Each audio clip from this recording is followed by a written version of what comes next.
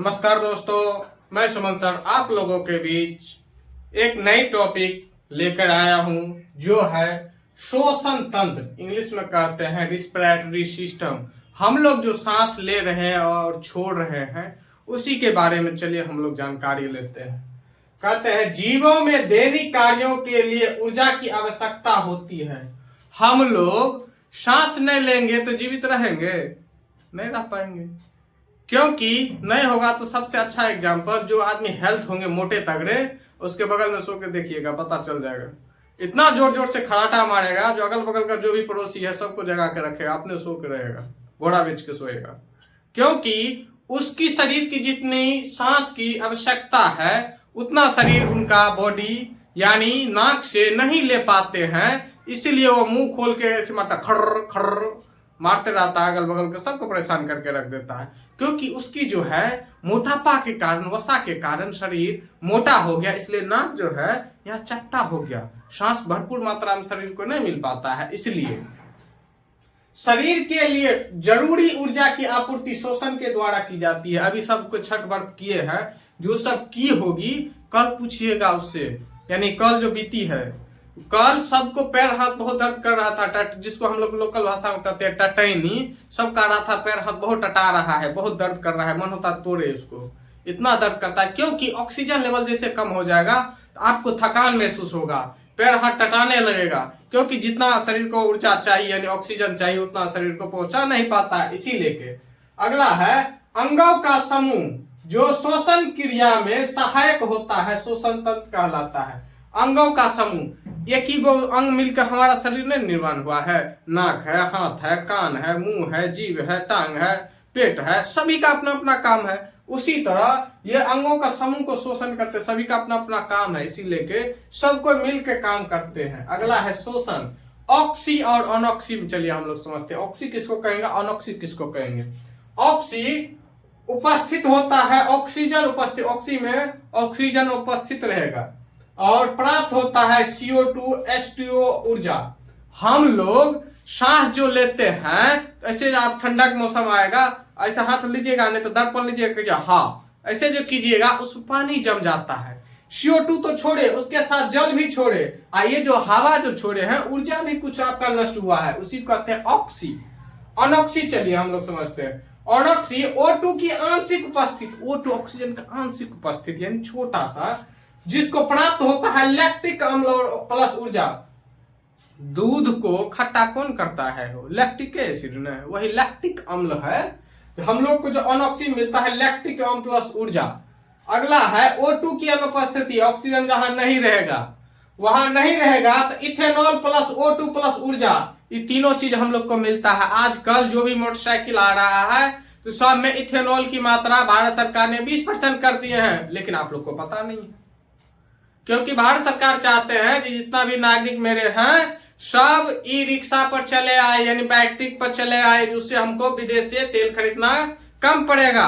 इसलिए सरकार चाहते हैं जो हम आत्मनिर्भर बने, इसलिए मोदी जी का नारा है मेक इन इंडिया, यानी जो इंडिया में बना है उसका आप लोग यूज कीजिए। इसी लेके मोदी जी का बढ़ावा यही देना है।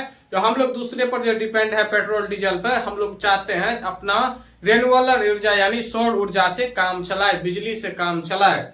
उसी कहते हैं ऑक्सीजन के अनुपस्थित होगा तो इथेनॉल 20% गाड़ी में मिलाया जाता है पेट्रोल में, और ऑक्सीजन प्लस ऊर्जा। मोटरसाइकिल सब जितना नया लीजिएगा तो उसमें देखिएगा एक पाइप होगा नीचे रखा होगा, गिरा देता है जानबूझ के, क्योंकि उससे ऑक्सीजन मिलता है, तब जाके अंदर में चिंगारी उत्पन्न होती है, तब हम लोग को गाड़ी, मोटरसाइकिल, कार जो भी है सब तब स्टार्ट होता है। मोटरसाइकिल कार सब में भी देखिएगा एक पाइप नीचे गिरा दिया जाता है ऑक्सीजन लेने के लिए, और उसका सांस लेने वाला भी होता है, लेकिन वो जो पाइप नीचे गिराया जाता है वो ऑक्सीजन यानी चिंगारी उत्पन्न करने के लिए, और गाड़ी को ऑक्सीजन मिले भरपूर मात्रा में, तब जाके गाड़ी चलता है। आग लगेगा तब तो गाड़ी आगे बढ़ेगा। अगला है ऑक्सीशोषण, जिसको इंग्लिश में कहते हैं एरोबिक रिस्पिरेशन। यह एक जटिल जैव रासायनिक प्रतिक्रियाओं की श्रृंखला है। यह जो है जैव रासायनिक की जटिल प्रतिक्रियाओं के द्वारा ऑक्सीशोषण, ऑक्सीशोषण और इसका खोज और प्रमुख तथ्य, इसके बारे में हम लोग जानकारी लेते हैं। ग्लाइकोलाइसिस ग्लाइकोलाइसिस की जो खोज एम्बेंडेन ने किया था, और इस एम्बेंडेन ने कहा था यह कोशिका द्रव में संपन्न होता है। ग्लाइकोलाइसिस एम्बेंडेन ने कहा जो ग्लाइकोलाइसिस जो है ना कोशिका का द्रव में संपन्न होता है। कोशिका का जो भी द्रव है यानी लिक्विड यानी फ्यूल उसमें जाके खत्म हो जाता है ग्लाइकोलाइसिस। अगला है फिर एम्बेंडेन को इन कहा नहीं तू तो गलत बोला है। बोला कैसे गलत बोला है, सिद्ध करके दिखा। तब मेयर हॉक पार्सन ने कहा ऐसा नहीं होता है। बोला कैसे होता है तुम समझाओ। कहा इसमें एक अणु ग्लूकोज से 2 अणु पायरुविक एसिड बनता है। मेयर हॉक ने कहा एक अणु ग्लूकोज यानी हम लोग जो ग्लूकोज पीते हैं तो तुरंत एनर्जी मिल जाता है ना, वही कहता है एक एनर्जी जो ग्लूकोज है एक अणु ग्लूकोज से 2 पायरुविक एसिड बनता है तथा 4 एटीपी ऊर्जा प्राप्त होता है। इसने मेयर हॉक पार्सन ने इसको बुर्बक बना दिया। इसका चाबासी होने लगा, वाह वाह वाह क्या बात है, मेयर हॉक ने तो कमाल कर दिया, आज ने ये सिद्ध कर दिया, ये तो महान व्यक्ति है। तब इसने इस पूरे क्रिया में 2 एटीपी ऊर्जा खर्च हो जाता है। फिर बोल दिया नहीं हमसे तो कहीं मिस्टेक हो गया। बोला क्या हो गया। बोला नहीं इसमें तो 2 एटीपी ऊर्जा खत्म भी हो जाता है, बनाता तो है सही में 4 एटीपी, लेकिन 2 एटीपी खर्च हो जाता है। जैसे कोई भी जो हम लोग कार्य करते हैं 100% नहीं करते, 100% ताकत नहीं लगता है, 90, 95, 96 उससे ज्यादा नहीं लगता है। वो इसीलिए मेयर हॉक ने कहा बनाता है सही में 4 एटीपी लेकिन 2 एटीपी अपने स्टॉक करके रख लेता है जो बाद में काम आएगा तो फिर दूसरे से मांगने नहीं जाएंगे। अगला का फिर उसके बाद आया क्रेब्स साइकिल। क्रेब्स साइकिल के बारे में हेंस एक क्रेब्स ने कहा यह प्रक्रिया माइटोकॉन्ड्रिया के मैट्रिक्स में होता है। कहा ऑक्सीशोषण, क्रेब्स कहा जो ऑक्सीशोषण न क्रेब्स साइकिल हेंस एक क्रेब्स ने कहा जो ऑक्सीशोषण क्रेब्स साइकिल जो है ये अनऑक्सीशोषण है, अनऑक्सीशोषण है। तो बोला तू सिद्ध करो। तो बोला यह जो है ना माइटोकॉन्ड्रिया के मैट्रिक्स में पाया जाता है। क्रेब्स साइकिल जो चक्कर चलता है माइटोकॉन्ड्रिया में चलता है, वैसे नहीं चलता है। फिर इसने हेंस क्रेब्स ने कहा इसमें 2 अणु पायरुविक एसिड से 36 यानी 2 गुना 18 एटीपी ऊर्जा की प्राप्ति होती है। इसीलिए हेंस क्रेब्स ने अभी तक इसी को मान्यता मिला है, कहेगा 2 अणु पायरुविक एसिड से कितना एटीपी मिलता है तो 36 एटीपी ऊर्जा हम लोग को प्राप्त होता है। कहा उसके बाद कहा ना एक और लाइन है उसको भी आप लोग ने पढ़े हैं, हम बताए हैं, पढ़िए। कहता है यह प्रक्रिया प्रोकैरियोटिक जीव में कोशिका कला पर होता है। कोशिका कला का मतलब यानी हम लोग कहते हैं कला पर, कला मतलब गर्दन से ऊपर जो हो जाता है उसी को कहते हैं कला पर। कला पर कहता है होता है यह जो प्रक्रिया होता है टॉप लेवल पर होता है यानी सबसे ऊपरी। आगे समझते हैं। नोट्स लिखाए हैं ये महत्वपूर्ण चीज है, बाकी याद रखिए इस सब का याद रखिएगा। जो टिक लगा देंगे उसको तो बार बार आप लोग को पढ़ना ही है क्योंकि एग्जाम में बार बार पूछा गया है। इसलिए ऑक्सी एवं अनऑक्सी दोनों शोषण का उभयनिष्ठ उत्पाद है पायरुविक। उभयनिष्ठ कोई भी चीज का होता है ना उसी उभयनिष्ठ जो है इन दोनों का यानी पायरुविक उभयनिष्ठ यानी दोनों को मिला के समाज में एक ऐसा चुटकट आदमी होता है जो आपको भी पीठ ठोक देगा उसको भी पीठ ठोक देगा, ऐसा ही होता है। उसी तरह ये करता है ऑक्सी और अनऑक्सी दोनों को जो लड़ाने का काम करता है तो पायरुविक करता है। अगला है ऑक्सीशोषण में बनता है। ऑक्सीशोषण में क्या बनता है तो ऑक्सीशोषण में 40 एटीपी ऊर्जा बनता है लेकिन ऑक्सीशोषण से प्राप्त होता है 38 एटीपी। जैसे बच्चा जो बड़ा हो जाता है, बेटा सब जो बड़ा हो जाता है तो बाहर कमाने के लिए जाता है। कमाने के लिए जो जाता है जो 15 या 20 हजार या 30 हजार 50 हजार जो महीना कमाता है लेकिन पूरा नहीं देता है गार्जियन को, कुछ रख लेता है अपना स्टॉक के लिए 10-20 हजार रुपया जो हाँ गांव जाएंगे तो दोस्त यारों के साथ पार्टी करेंगे घूमेंगे फिरेंगे, उसके लिए पूरा जो पैसा दे देगा। गार्जियन से जो मांगेगा तो गार्जियन मारवे नहीं करेगा। इसी लेके ये जो है बनाता तो है 40 एटीपी यानी है ग्लाइकोलाइसिस। ग्लाइकोलाइसिस प्रक्रिया में खर्च होता है। खर्च कितना होता है तो 2 एटीपी खर्च हो जाता है। इसीलिए 40 एटीपी तो बनता है लेकिन 2 एटीपी उसको खर्च हो जाता है यानी स्टॉक करके रख लेता है, खर्च हो गया। हम लोग जो कहीं जाते हैं, यात्रा में जाते हैं तो पैसा खर्च होता है ना हो। अभी सब घर गया है, घर से जो आएगा तो फिर भाड़ा किराया बहुत बात है, सब देख के घर यहाँ आएगा ना दरभंगा या जो जिस शहर में जो रह रहे हैं। इसीलिए 2 एटीपी खर्च हो जाता है ग्लाइकोलाइसिस की प्रक्रिया में। अगला है ऊर्जा का सिक्का कहलाता है एटीपी, ये VVI है, इसको बार बार आप लोग पढ़िएगा। ये जो है ऊर्जा का सिक्का किसे कहते हैं, तो एटीपी को कहते हैं। अगला है श्वसन का ईंधन कहलाता है, श्वसन यानी सांस लेने का ईंधन, श्वास लेने के ईंधन को हम लोग कहते हैं ग्लूकोज। क्वेश्चन कहेगा श्वसन का ईंधन कहलाता है, इन्हें जो वायु मार दीजिएगा या हवा, यहाँ सोच समझ के मारिएगा ग्लूकोज। अगला है अनॉक्सी शोषण होता है, अनॉक्सी यानी आपके इच्छा के अनुसार में बीजों की विरामावस्था में फलों की भांति कोशिका में या जंतु की पेशियों में बीज जो होता है, देखते होइएगा हम लोग पहले बीज को, अभी अब गेहूं को बुनाई होगा और धान का मकई का रोपाई होगा तो हम लोग क्या करते हैं, गेहूं को ऐसे छींटते हैं और मकई को एक एक करके डालते हैं।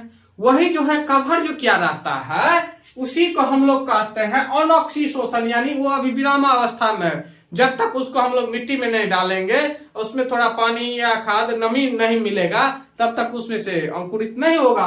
वही कहता है बीजों की विरामावस्था में फलों की भांति कोशिका, फल के भांति ऊपर से फल सब कवरिंग क्या रहता है ना हो, वही उसी तरह बीज भी कवरिंग क्या रहता है। या जंतुओं की पेशिये, यानी हम लोग के ये जो पेशिये है, ये जो है पेशिये में, उसी को कहते हैं अनॉक्सी शोषण। शोषण दर मापा जाता है, हम लोग जो सांस लेते हैं और छोड़ते हैं इसको जो मापते हैं एस्पायरोमीटर से। किससे मापते हैं, एस्पायरोमीटर से। मानव में प्रमुख शोषण तंत्र, मानव जो सांस लेते हैं इसका प्रमुख तंत्र कौन कौन सब है उसके बारे में चलिए समझते हैं। पहला है नाक, इसको क्या कहते हैं, नाकेन कहते हैं वो। नाक के बाद नासिका गुहा, नासिका गुहा यानी गुफा, ये देखिए दुगो है ना, इसी कहते हैं नासिका गुहा।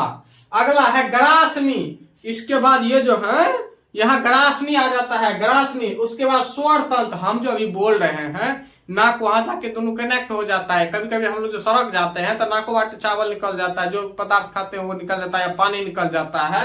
वही स्वर तंत्र के कारण वो जो है एक लाल वाला जो है वो नहीं बंद होता है। अगला है श्वास नली, ये जो है श्वास नली या श्वास नली। उसके बाद श्वास नली, श्वास निकाय, श्वास निकाय आगा जो है श्वास निकाय है। उसके बाद फेफड़ा, श्वास निकाय आगे जाके फेफड़ा को दे देगा। फेफड़ा क्या करेगा, डायफ्राम का देगा। डायफ्राम आराम से love dub, love dub doctor सब जो आला लगाता है तो क्या चेक करता है, लव डब, लव डब कितना बार आपका करता है हार्ट, उस अनुसार वो लोग उसको पता चल जाता है कि इंसान को क्या प्रॉब्लम है। नाक, जिसको इंग्लिश में हम लोग कहते हैं नोज, हिंदी में कहते हैं नाक। मानव श्वसन तंत्र का प्राथमिक अंग है नाक। ये जो है श्वसन, हम लोग जो सांस लेते हैं सबसे पहला अंग है सांस लेने का नाक। नाक बैक्टीरिया, धूल के बड़े कण, प्रदूषण से शरीर की रक्षा करता है। हम लोग को जो नाक है, नाक से ही हम लोग सांस लेते हैं। सांस जो लेते हैं उससे क्या होता है, तो सांस लेने में बैक्टीरिया और भी जीवाणु, धूल कण, छोटा छोटा जो कण होता है सांस के द्वारा हम लोग के अंदर चले जाता है, अंदर चले जाता है। तो इसीलिए के हम लोग को सांस सर्दी हो जाता है, या हम लोग धूल कण में जाते हैं तो सर्दी हो जाता है किसी किसी को, और ज्यादा सेफ्टी में रहना चाहिए। वही कहता है नाक बैक्टीरिया, धूल के बड़े बड़े कण, प्रदूषण से शरीर की रक्षा करता है। हम लोग को जो नाक में बाल है, ये जितना भी बैक्टीरिया जाता है या धूलकण जाता है सबको छान के तब हम लोग को शरीर में सांस छोड़ देता है। और उसके बाद कहता है नाक का मुख्य कार्य सूंघने से संबंधित है। हम लोग अगल बगल में कोई भी जाता है सेंट मार के, या बगल अगल बगल में खाना बनता है तो उससे हम लोग को पता चल जाता है, नाके में पता चलाता है, वो हाथ पैर थोड़े पता चलाता है जो खाना अच्छा बना है कि नहीं बना है, या कोई चीज की बदबू या कोई चीज की खुशबू, नाक से ही पता चलता है। वही कहता है नाक का मुख्य कार्य सूंघने से संबंधित है। अगला है नासिका गुहा, जिसको हम लोग कहते हैं नेजल कैविटी। नेजल कैविटी का काम है कि नाक के बाद वायु नासिका गुहा में प्रवेश करता है। यहाँ के बाद जो नासिका गुहा में प्रवेश करता है सांस, उसी कहते हैं नासिका गुहा में वायु गर्म एवं नम किया जाता है। गर्मी के मौसम में हम लोग जो सांस गर्म वाले वायु लेते हैं तो उसको ठंडा करके शरीर को दिया जाता है, और ठंड के मौसम में हम लोग जो सांस लेते हैं उसको गर्म कर दिया जाता है। जितना बॉडी का टेम्परेचर है उस अनुसार सांस दिया जाता है। कभी कभी हम लोग हाई स्पीड यानी 80-90 के स्पीड में गाड़ी चला रहे हैं और नाक नहीं बंद किया है तो हम लोग को सर्दी हो जाता है, क्योंकि माइंड को उतना एक्टिव जो कंट्रोल तो करना चाहता है लेकिन 80-90 के स्पीड में है, 80-90 के स्पीड तो माइंड काम नहीं कर रहा है, इसलिए जो भी धूलकण जाता है डायरेक्ट नाक में प्रवेश कर जाता है, सांस तो लेवे करते हैं, उसी के द्वारा जो डस्ट चले जाता है हम लोग के अंदर में, इसलिए हम लोग को सर्दी हो जाता है, छींक आती है, यही सब कारण है। अगला है नासिका गुहा। नासिका गुहा में वायु गर्म एवं ठंडा। अगला है नासिका वेशम में श्लेष्मा झिल्ली। आगे जो है लाल वाला ऐसे करके देखिएगा तो लाल वाला दिखाई देता है, उसी कहते हैं श्लेष्मा झिल्ली से श्लेष्मा का स्त्राव होता है जो धूलकण एवं हानिकारक जीवाणुओं को अंदर जाने से रोक देता है। ये जो लाल वाला देखिएगा तो उसमें हम लोग को खैठी जम जाता है, तो खैठी जम जाता है ऐसे लेता है ऐसे फेंक देता है, या बगल में बैठा रहता है तो बेंच में या कुर्सी में उसमें लगा देता है। नहीं तो सरकारी दफ्तर में जाइएगा तो देखिएगा उसके बेंच के नीचे, या स्कूल में जाइएगा तो उसके बेंच जो है डेस्क और बेंच उसमें देखिएगा साइड से पूरा लगा हुआ होगा, जितना भी खचरा लड़का होगा ऐसे ऐसे करेगा उसमें लगा देगा। वही कहता है हानिकारक जीवाणुओं के अंदर जाने से रोकता है। वो जो श्लेष्मा होता है जिसको हम लोग कहते हैं खैठी, खैठी निकाल के बेंच में चिपका देता है या कुर्सी में चिपका देता है। अगला है ग्रासनी, जिसको इंग्लिश में हम लोग कहते हैं फैरेंक्स।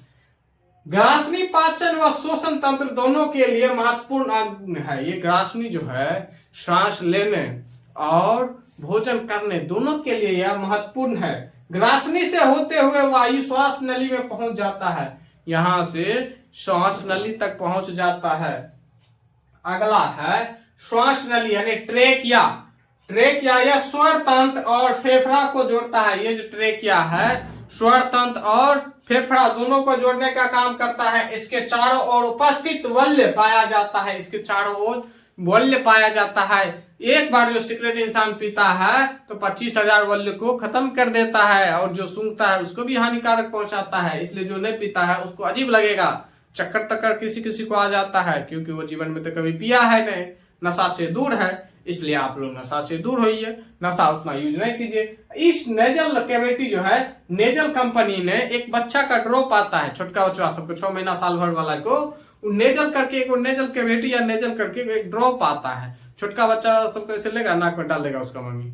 वही एक कंपनी ने नासिका के नाम पर ही अपना कंपनी चला रहा है, जिसको हम लोग कहते हैं नेजल कैविटी। नेजल यानी नाक में लेने वाला ड्रॉप को नेजल कैविटी कहा जाता है। तो समझते हैं स्वर तंत्र यानी लैरिंग्स, इंग्लिश में कहते हैं स्वर तंत्र को लैरिंग्स, यानी जिससे हम लोग को आवाज निकलता है। यह ग्रासनी को श्वास नली से जोड़ता है। लैरिंग्स का काम है ग्रासनी को श्वास नली से जोड़ना। ये जो है श्वास नली, इसको ग्रासनी से जोड़ना किसका काम है? स्वर तंत्र का, इंग्लिश में कहते हैं लैरिंग्स। अगला है स्वर तंत्र का मुख्य कार्य ध्वनि उत्पन्न करना होता है। हम जो अभी बोल रहे हैं यह इसका कौन कर रहा है काम? तो स्वर तंत्र कर रहा है। स्वर तंत्र का काम है ध्वनि उत्पन्न करना। ध्वनि उत्पन्न करना का मतलब हुआ जो आवाज निकालना। कोई कोई गूंगा जो हो जाता है उसका लैरिंग्स खराब हो जाता है, इसीलिए कि वो गूंगा हो जाते हैं। इसलिए कि स्वर तंत्र जितना पतला होता है ध्वनि का तारत्व उतना ही अधिक होता है। स्वर तंत्र जिसका जितना पतला होगा उसका तारत्व भी उतना ही अधिक होगा। अगला है श्वास निकाय, इंग्लिश में कहते हैं ब्रोंकोल्स। ब्रोंकोल्स जो है वायु कोशिका वाहिनियां आगे जाकर अनेक छोटे छोटे वायु कोश या एल्विलाई में फूलती है। इसमें जो है ब्रोंकोल्स आगे चल के वायु कोशिका में वाहिनियों में आगे जाके ये छोटे छोटे वायु कोश या एल्विलाई, यानी हम लोग जो रोज का फूल कैसे जो खुशबू लेते हैं उससे क्या होता है? ब्रोंकाइटिस होता है, जिसको हम लोग क्या कहते हैं? दम्मा। दमा की बीमारी का जो कारण है वह ब्रोंकाइटिस है, क्योंकि उसमें छोटा छोटा बारूद होगा। उसको कोई भी फूल को जो पकड़िएगा तो आपके हाथ में वाइट वाइट करके चिपचिपा लसलसा। फेफड़ा का संरचनात्मक इकाई एल्वियोलाई कहलाता है। क्वेश्चन आपसे पूछेगा फेफड़ा का संरचनात्मक इकाई को क्या कहते हैं? तो एल्वियोलाई कहते हैं। अगला है फेफड़ा यानी लंग्स, इंग्लिश में हम लोग कहते हैं लंग्स। यह वक्ष गुहा में दोनों ओर एक एक स्पंजी गुलाबी व लगभग शंक्वाकार रूप में पाया जाता है। हम लोग को जो लंस है, लंस में वक्ष गुहा मतलब छोटा छोटा छोटा कण मिलकर बना रहता है। दोनों ओर, एक और नहीं, दोनों ओर एक एक स्पंजी गुलाबी नुमा यानी लाल कलर का रहता है। लगभग शंक्वाकार यानी शंकु के आकार का, यानी टोपी को कहते हैं हम लोग शंकु, शंक्वाकार के रूप में पाया जाता है। फेफड़ा का मुख्य कार्य है, फेफड़ा जो हम लोग को, उसका जो काम है शरीर के अंदर वायु ग्रहण करना, ऑक्सीजन उपलब्ध कराना व कोशिकाओं गतिविधियों से उत्पन्न कार्बन डाइऑक्साइड CO2 को बाहर निकालना। फेफड़ा का एक ही काम है, जो शरीर में ऑक्सीजन को लेना और कार्बन डाइऑक्साइड को बाहर छोड़ना। इसलिए कभी कभी हम लोग को ज्यादा जो काम करते हैं तो ऑक्सीजन की लेवल कम जाता है, इसलिए पैर में ऐंठन आने लगता है, बदन थक जाता है, थकान हरासमेंट जैसा लगने लगता है। क्योंकि हम लोग को जितना मात्रा में ऑक्सीजन चाहिए उतना मात्रा में ऑक्सीजन शरीर को नहीं मिला। नहीं मिलने के कारण हम लोग को शरीर थकान आता है। और देखिएगा कितना लड़की या महिला उनको ज्यादा भीड़ देखेगी तो उसको चक्कर आके गिर जाएगा। जैसे मेरा एक विद्यार्थी है, उसको भी ज्यादा भीड़ भाड़ एरिया में जाएगी, उसको चक्कर आ जाता है, गिर जाती है, वही बेस हो जाता है। इसलिए उसको अकेला छोड़ा नहीं जाता है। अगला है डायफ्राम। डायफ्राम यह वक्ष गुहा के नीचे एक पतले पट्ट द्वारा बंद रहता है। डायफ्राम जो है, ये जो है हड्डी इसके अंदर है, नहीं तो पता चला जो उसमें से मारा, खत्म, डायफ्राम काम तमाम हो जाएगा। इसलिए उसको ठोस कवच दिया गया है, जो जल्दी ऐसे मजाक में भी करे तो उसको असर न पड़े, नहीं तो डायफ्राम गया तो खेल खत्म हो जाएगा आपका। उच्छ्वास के दौरान यह संकुचित हो जाता है। उच्छ्वास के मतलब जब आप लोग सेना में जाइएगा तो या मेडिकल होगा या डॉक्टर के पास बीमार होइए तो डॉक्टर के पास जो जाइएगा तो डॉक्टर कहेगा सांस लीजिए, ऐसे लीजिएगा, फिर कहेगा थोड़ा देर रोकिए, फिर छोड़िए।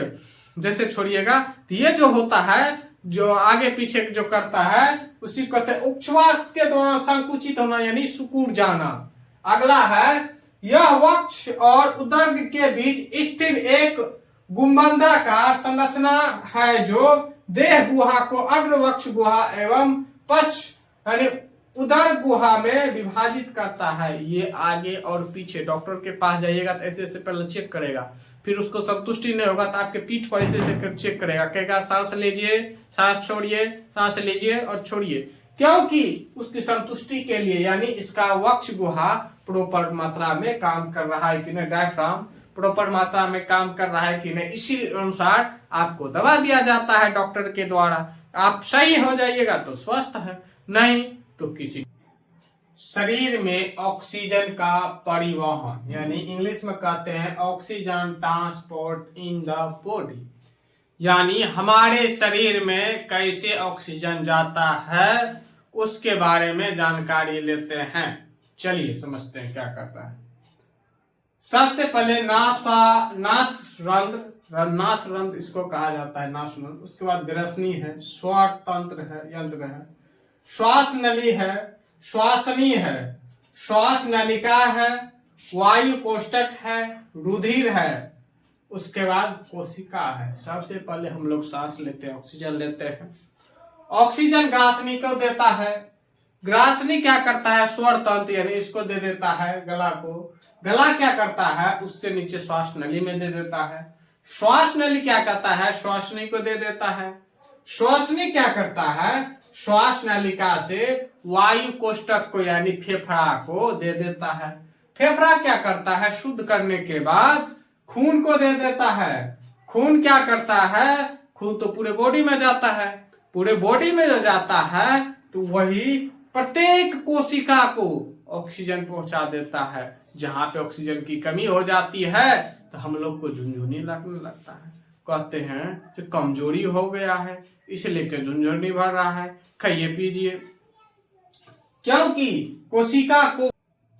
उसके बाद आता है श्वासोच्छ्वास या इंग्लिश में हम लोग कहते हैं ब्रेथिंग। ब्रेथिंग इसके अंतर्गत दो क्रियाओं को शामिल किया जाता है, यानी सांस लेना और सांस छोड़ना। पहला है सांस का अंदर लेना यानी इंस्पायरेशन, यानी अंदर जाइए। इंस्पायरेशन के दौरान अंदर ली गई हवा में निम्नलिखित शामिल होते हैं। हम लोग जो सांस लेते हैं, सांस जो लिए उसमें ऑक्सीजन 21% रहता है और कार्बन डाइऑक्साइड 0.03% रहता है और नाइट्रोजन 78% रहता है। और सांस जैसे हम लोग छोड़ते हैं तो सांस को बाहर छोड़ना या इंस्पायरेशन, वो हो गया इंस्पायरेशन, ये हो गया एक्सपायरेशन। एक्सपायरेशन में बाहर जाइए, जिसको कहते हैं एग्जिट, यानी बाहर, वही हुआ एग्जिट। यानी एक्सपायरेशन कहता है एक्सपायरेशन के दौरान बाहर निकलने वाली हवा में निम्नलिखित घटक शामिल होते हैं। जब हम लोग सांस छोड़ते हैं तब जाके 16 ऑक्सीजन का जो मात्रा होता है 16 से 17% मात्र ऑक्सीजन रहता है। तो कहिएगा यहाँ 21% है तो 4 से 5% कहाँ चला गया? 4 से 5% जो है कार्बन डाइऑक्साइड CO2 4% गया था, कितना 0.03%, लेकिन निकला कितना तो 4%, इसलिए इधर मेकअप करना पड़ा। नाइट्रोजन कहता है हम किसी से दोस्ती नहीं करेंगे, हम सिंगल है सिंगल रहेंगे, कोई किसी से लटपट नहीं तो मेरा अंजाम बुरा होगा। इसे लेकर नाइट्रोजन को जैसा कर जाता है वैसे ही कहता है हम जैसे हैं वैसे ही रहेंगे, हम में कोई बदलाव नहीं। लेकिन ऑक्सीजन है समाज से भी, कहता ना हमको तो समाज को लेकर चलना है, इसलिए के ऑक्सीजन क्या करता है कार्बन डाइऑक्साइड को दे देता है, तो चलो भाई तू भी जियो, समाज में हो, सबको मिलजुल कर रहो, ठीक है। या शोषण भागफल, शोषण गुणांक या शोषण भागफल दोनों सेम ही है, इसके लिए आप लोग घबराइएगा नहीं। जो शोषण गुणांक दे दिया है तो शोषण भागफल क्या होता है, दोनों का अर्थ एक ही होता है। शोषण गुणांक बराबर होता है, इसका फॉर्मूला है CO2 का कुल उत्पादन, यानी कार्बन डाइऑक्साइड का जितना उत्पादन किया है, O2 का कुल उपभोग यानी ऑक्सीजन को कितना आप यूज किए हैं, वही फॉर्मूला होता है शोषण गुणांक। अगला है पदार्थ का शोषण या शोषण गुणांक का मान। कार्बोहाइड्रेट जो है 1 है और प्रोटीन और वसा जो है 1 से कम मात्रा में है। उसके बाद आता है कार्बनिक अम्ल। कार्बनिक अम्ल जो है 1 से अधिक होता है। उसके बाद आता है शोषण दर, जिसको हम लोग कहते हैं रिस्पिरेटरी रेट, जो शॉर्टकट में हम लोग कहते हैं RR। 1 मिनट में लिए गए ब्रेथिंग की संख्या को शोषण दर कहा जाता है। जैसे हम लोग 1 मिनट में कितना बार सांस लिए, कितना छोड़े, उसी को हम लोग कहते हैं शोषण दर यानी रेट। अगला कहता है शोषण दर का मान डर, गुस्सा, उत्तेजना तथा ऊंचाई पर चढ़ने में बढ़ जाता है।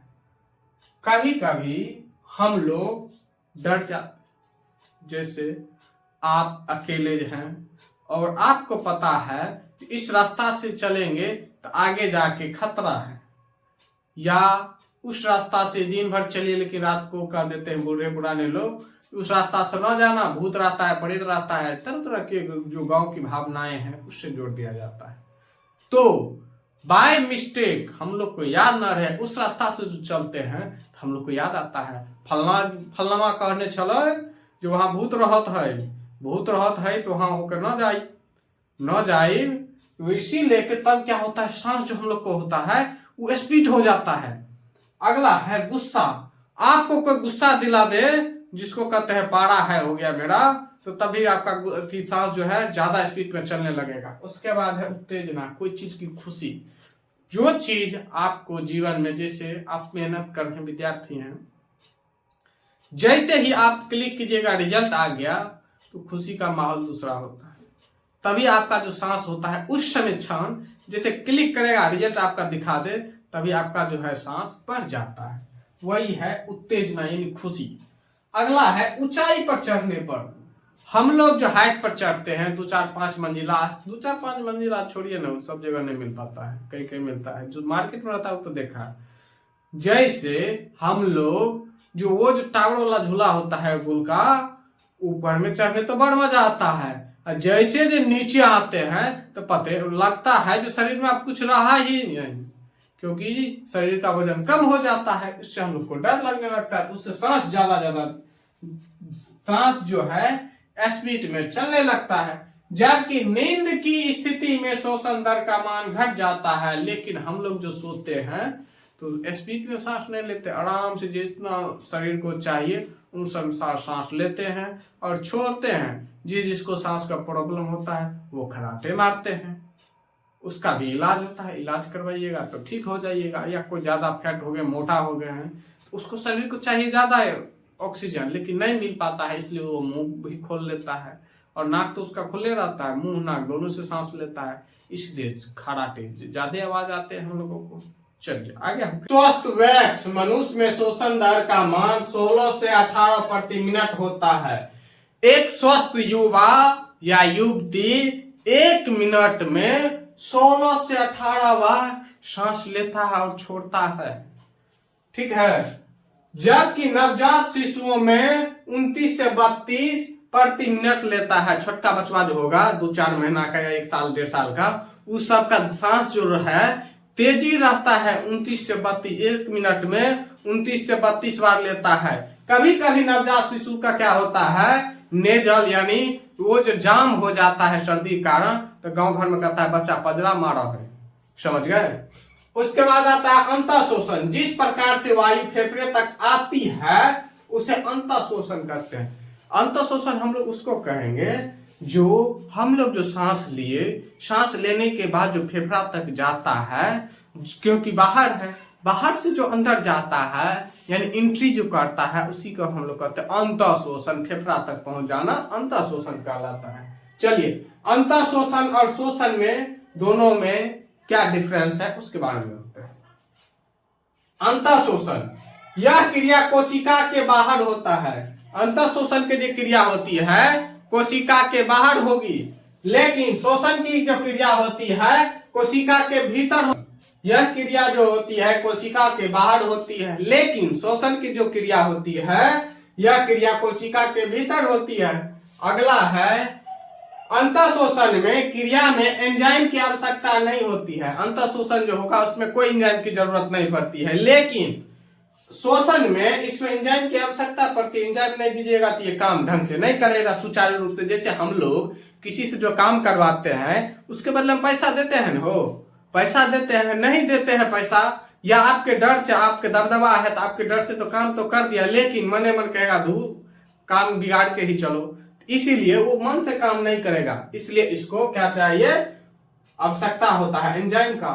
यानी अपने लोग को, जैसे कोई भी लेबर जो आएगा काम करने के लिए तो टाइम रहेगा 8 बजे, लेकिन वो खैनी खाते खाते चाय पीते पीते 9 बजा देगा, और जैसे 4 बजेगा तब ये सब खैनी और जो भी औजार पाती है अपना धो धो के रखना शुरू कर देगा। कहिएगा ऐसे का है, तो कहेगा हाँ टाइम तो हो गए, यानी टाइम हो गया है। अगला है इस क्रिया में ऊर्जा उत्पन्न नहीं होती है। अंतःशोषण में ऊर्जा की उत्पत्ति नहीं होती है, क्योंकि इसमें ऊर्जा उत्पन्न नहीं होता है।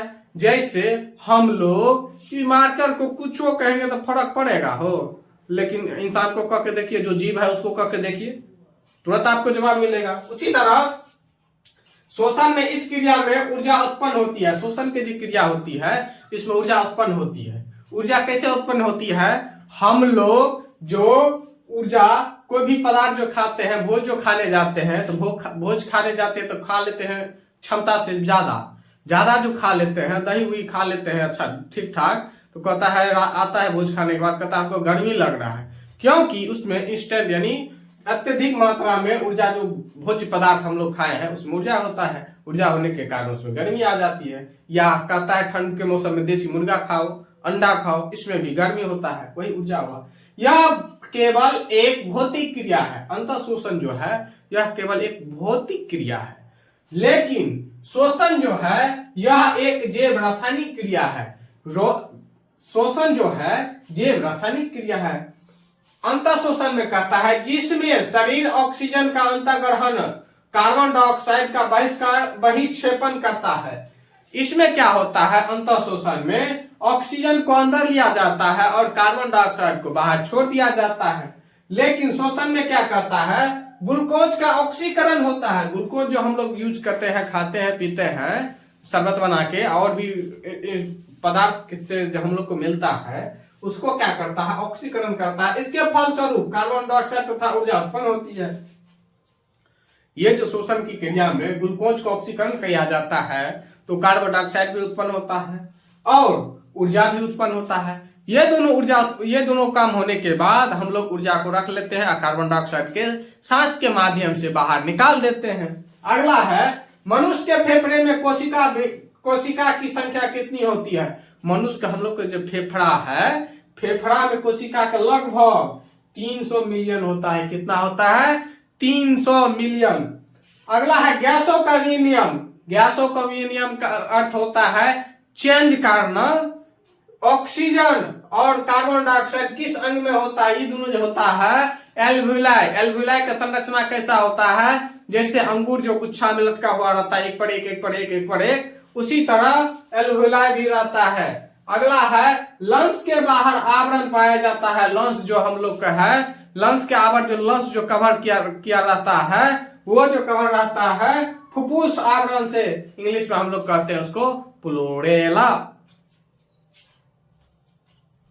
हम लोग समझते हैं प्लूरेला तथा लंग्स के बीच दर्भ होता है, उसको हम लोग कहते हैं प्लूरल फ्लूइड।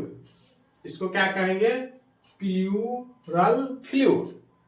ये जो होता है प्लूरा और लंग्स दोनों के बीच में दर्भ, यानी जैसे पानी और दूध में मिलाने से दर्भ का पता नहीं चलता है। सबसे अच्छा एग्जांपल, जब आप लोग को गाय या भैंस या बकरी ये सब जो बच्चा देता है या मनुष्य के जो बच्चा होता है, तो बच्चा जो जिस फ्लूइड में रहता है, देखिएगा बच्चा उस फ्लूइड में तैरते रहता है। उसी तरह प्लूरा और लंग्स के बीच में जो दर्भ होता है उसे हम लोग कहते हैं प्लूरल फ्लूइड। अगला है लंग्स के पृष्ठ क्षेत्र में वृद्धि करता है एल्वुलाई।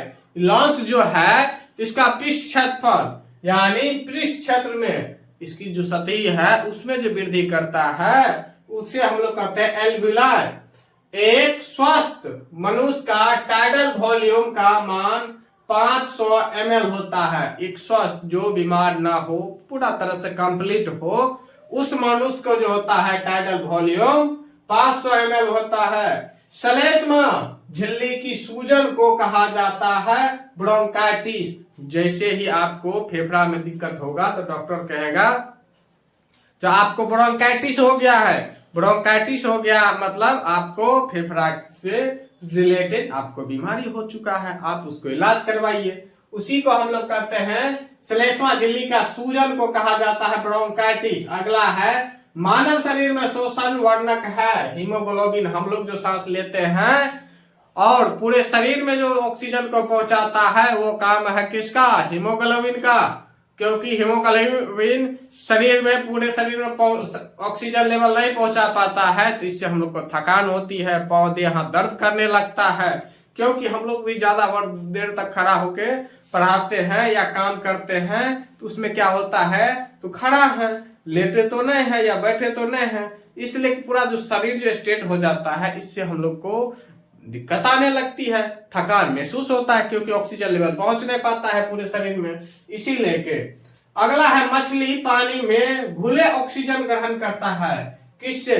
मछली लोग अपने लोग जैसे तो सांस नहीं लेता है, मछली तो पानी में रहता है, वो कैसे सांस लेता है, जीवित कैसे रहता है?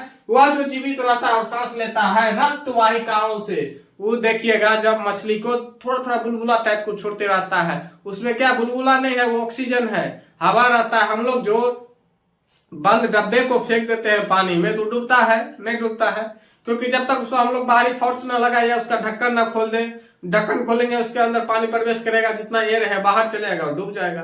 वो उसी तरह ये जो है मछली लोग जीवित रहते हैं, पानी के अंदर से ही ऑक्सीजन लेते हैं और अपना काम चलाते हैं।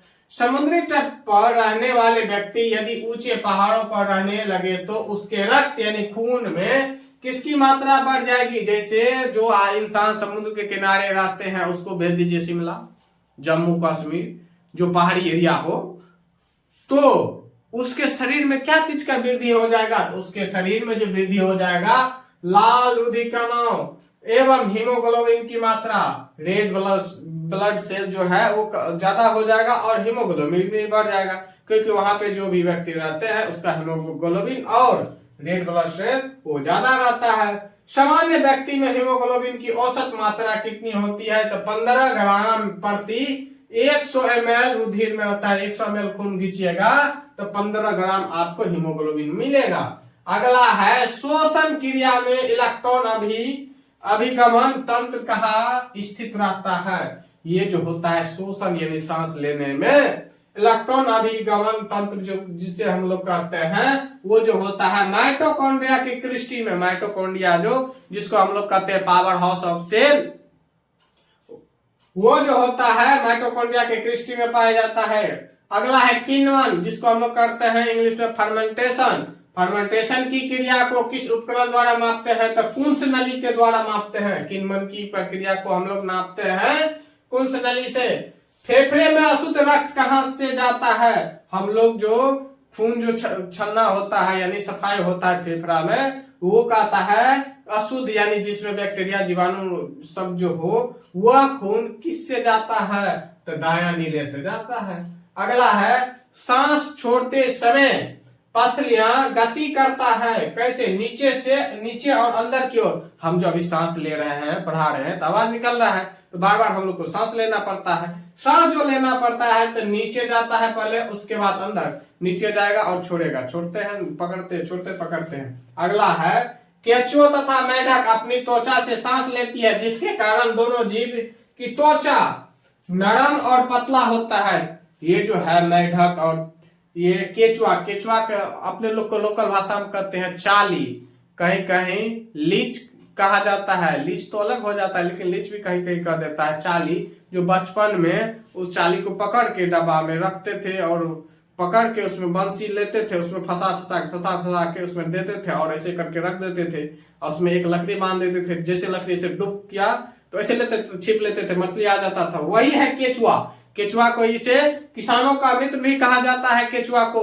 ये जो मेंढक है गर्मी के मौसम में, बरसात के में सब छोड़कर कहीं जल्दी नहीं दिखाई देता है, क्योंकि यह जो है मेंढक मिट्टी के अंदर दब जाता है। ये अपने स्किन से ही सांस लेता है और छोड़ता है। केंचुआ भी अपने स्किन से ही सांस लेता है और छोड़ता है। समझते हैं श्वसन अंग और जंतु। फेफड़ा से जो सांस लेता है, जितना भी स्तनधारी पक्षी, सरीसृप, मछली, जितना हम लोग जो है हम लोग फेफड़े से सांस लेता है। स्तनधारी को इंग्लिश में कहते हैं मेमल्स। मेमल्स जितना भी है, जो भी मैमल्स एनिमल्स के अंतर्गत आता है, सब फेफड़े से सांस लेता है। अगला है पक्षी। जितना भी पक्षी है सब, जितना उड़ने वाले जीव है पक्षी, सब फेफड़े से सांस लेगा।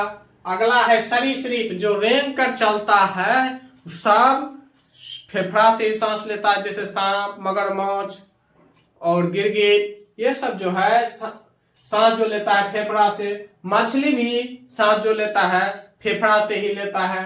अगला जो है मुख, गुहा, त्वचा या फेफड़ा से जो सांस लेता है मेंढक। ये क्वेश्चन बार बार पूछा जाता है, जो तीनों चीज से कौन सांस लेता है? तो मेंढक ही एक ऐसा जीव है जो तीनों चीज से सांस लेता है। अगला है मीसोसोम। मीसोसोम जो है यह इसमें ओनली फॉर जीवाणु आता है। जीवाणु ही सिर्फ जो है मीसोसोम से सांस लेता है। अगला है ट्रेकिया। ट्रेकिया जितना भी कीट पतंग जो है सब ट्रेकिया से सांस लेता है। जितना भी उड़ने वाले छोटा छोटा जीव सब है जो शाम के टाइम में जो उड़ते रहता है, सब जो लेता है ट्रेकिया से सांस लेता है। शरीर के सतह या त्वचा से सांस जो लेता है वो अमीबा और केंचुआ है। अत्यधिक गहराई में जाने के लिए ऑक्सीजन के साथ हीलियम का प्रयोग किया जाता है तथा कम गहराई में ऑक्सीजन के साथ नाइट्रोजन का प्रयोग किया जाता है। गोताखोर लोग जो समुद्र में जाते हैं, जैसे अभी जो हम आप लोग को बता रहे हैं, इसके बाद हम पोस्ट करते हैं। पोस्ट जो करते हैं पूरे दुनिया में केबल बिछाया गया है। वो केबल बिछाने का काम कौन करता है? तो क्योंकि जमीन पर तो हम लोग खोद के गड्ढा डाल के दे देते हैं केबल, लेकिन समुद्र में कैसे डालेंगे? समुद्र में जो अति डाला जाता है सब गोताखोर जाता है, अंदर सिलेंडर उसके पीठ पर बांध दिया जाता है और अंदर जाते हैं तब जाकर ड्रिल करता है, वहां से तब फिर पाइप बिछाया जाता है, उसके अंदर केबल लगाया जाता है, उसके बाद एक देश से दूसरे देश की कनेक्टिविटी होती है। चढ़ाई पर जाने पर नाइट्रोजन का प्रयोग करने पर नाइट्रोजन कोशिकाओं में प्रवेश कर जाता है, जो गोताखोरों के बाहर निकलने पर त्वचा के छिद्रों के माध्यम से बुलबुले के रूप में बाहर निकलता है, जिससे गोताखोरों को अत्यधिक दर्द का एहसास होता है। जैसे हम लोग को शरीर से जो पसीना निकलता है गर्मी के मौसम में टप टप टप टप निकलते रहता है, उसी तरह गोताखोर जो समुद्र के अंदर जाते हैं उसके शरीर से निकलने लगता है और दर्द भयानक होता है। बाप बाप चिल्लाते रहता है, करेगा क्या? बाप का कर्जा, बहन का शादी करना है, जमीन बहन मम्मी का गाना लग गया है, मजबूरी बस करता है। इसी लेके अगला कहता है अस्पताल में प्रयोग होने वाले ऑक्सीजन सिलेंडर में अत्यधिक दाब पर हीलियम का तथा कम दाब पर नाइट्रोजन का प्रयोग किया जाता है। सिलेंडर अस्पताल में जो आप लोग सुनते होइएगा, समाज में जो कोई ज्यादा सीरियस हो जाता है तो उसको वेंटिलेटर पर डाल दिया जाता है, यानी उसमें जो ऑक्सीजन उसको जबरदस्ती ऑक्सीजन जो दिया जाता है, क्योंकि उसके शरीर में उतना क्षमता नहीं है जो अपने खुद से ऑक्सीजन ले सके, इसलिए उसको ऑक्सीजन दिया जाता है जो वो जीवित रह सके। लेकिन कोई जीवित रह जाते हैं, कोई गुजर जाते हैं, इससे हम लोग को दुख होती है, क्योंकि जो